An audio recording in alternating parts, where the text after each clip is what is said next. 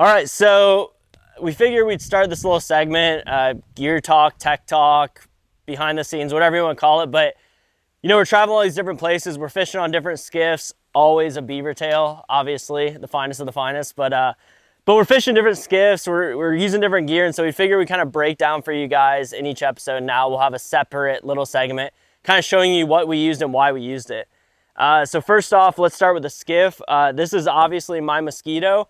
We don't have the Rival anymore. Unfortunately, Beavertail decided to not just let me have it. I don't know why. But we use the Rival in this episode for a lot of the same reasons we use the Mosquito. You guys know I'm very particular about my skiff and where we fish, and we need something technical. And so we shot this episode on the Rival, knowing that it could get skinny, knowing that it could be stealthy enough to get up and onto those fish, and particularly spooky fish. And so that was the skiff we used on this episode. As far as gear, if you guys ever fish with me in the lagoon, I go super light. We catch 34, 35 inch redfish on 8-pound tests on light action rods and 1,000 reels. And so I recently just switched all my gear. So I'm using a new rod company, new reel company, and new line company. And so I'm going to kind of break down what we use in this episode. First, let's start with the background, the backbone. So I just got on with a rod company called Cashin Rods, kind of a small company out of North Carolina, just breaking into the saltwater market. Maybe not breaking into it, but kind of pushing into the Florida scene, and got connected with them. And I'm not paid by these guys for anything, but I will tell you, this is one of the... I've used every rod out there, from Loomis to Star to St. Croix. My whole life I've been fishing. Upon first glance, this is like one of my favorite rods I've ever held in my life. Super high quality, super lightweight. This combo is like the lightest combo I've ever held in my life. And I'm not one of those guys, it always makes me laugh when guys are like, oh yeah, I like this one's super light. I'm not a geriatrics patient. I can cast all day without, if a rod weighs 4 ounces more, it's not that big of a deal to me.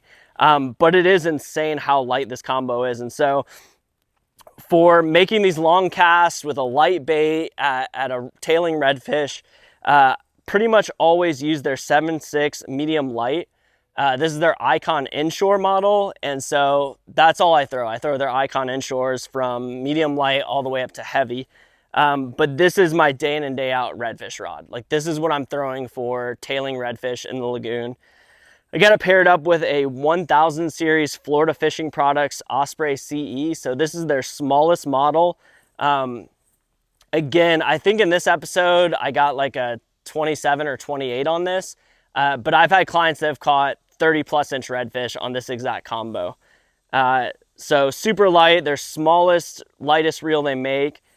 Paired up with, I use Finn's braid. And so if you guys have used any braid companies, there's a few companies that kind of dominate the market. I got on Finn's maybe a year ago at the suggestion of another guide, and I haven't looked back. This is by far my favorite line.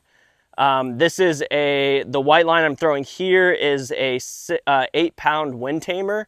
And then I also have spooled up on this one. I think this is a 6-pound. I don't know, I forget which one this is. This is their Spin 5 or something else, but 6-pound line.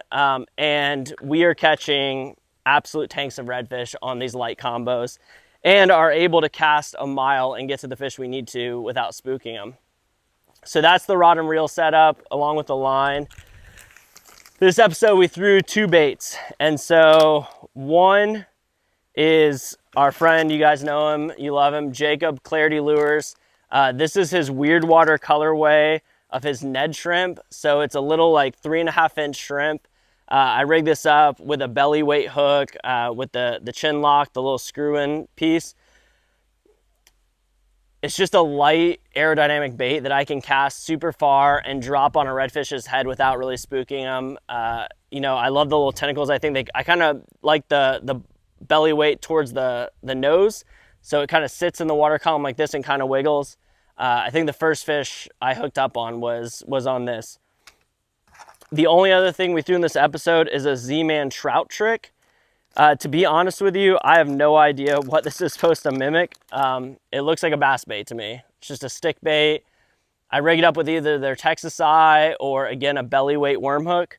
And for whatever reason, sight casting redfish, this thing always works. These are pretty much like my two go-tos when I have a tailing redfish. Is going to be the Clarity Lures, Ned Shrimp, and the Z-Man Trout Trick.